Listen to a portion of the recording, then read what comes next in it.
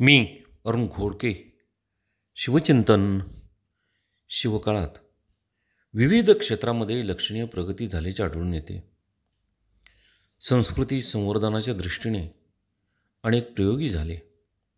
शिवकाळात संस्कृतमध्ये रचना करणारे गाडे व्यासंगी पंडित होते. शिवभारतकार कवींद्र परमानंद, राधामाधव विलास चंपू, पर्णालय पर्वतग्राहक्यान यांचा लेखक जयराम पिंडे. त्यामध्ये शिवभारतकारांनी लिहून ठेवले आहे की जेव्हा शिवराय पुण्यामध्ये पोहोचले त्यावेळेला ते 3 शक्तीने युक्त होते. त्यामध्ये परमानंद लिहितात, त्यांच्याजवळ प्रभावशक्ती होती, मंत्रशक्ती होती, उत्साहशक्ती होती.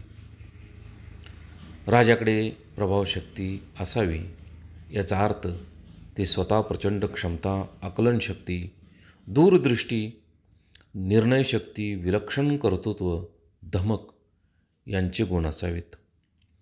राजा प्रभावशाली असावेत, त्यांच्याकडे मंत्रशक्ती असावी.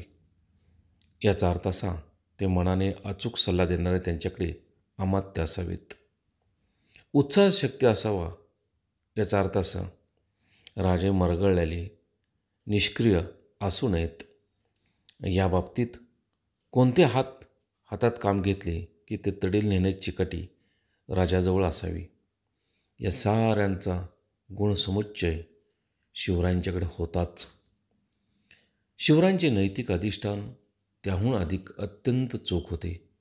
त्यामुळे शत्रुपक्षातील इतिहासकारसुद्धा शिवरायांची अनेक ठिकाणी प्रशंसा करीत असल्याचे दिसून येते. बहुत काय बोलणे. राम, कृष्ण, हरी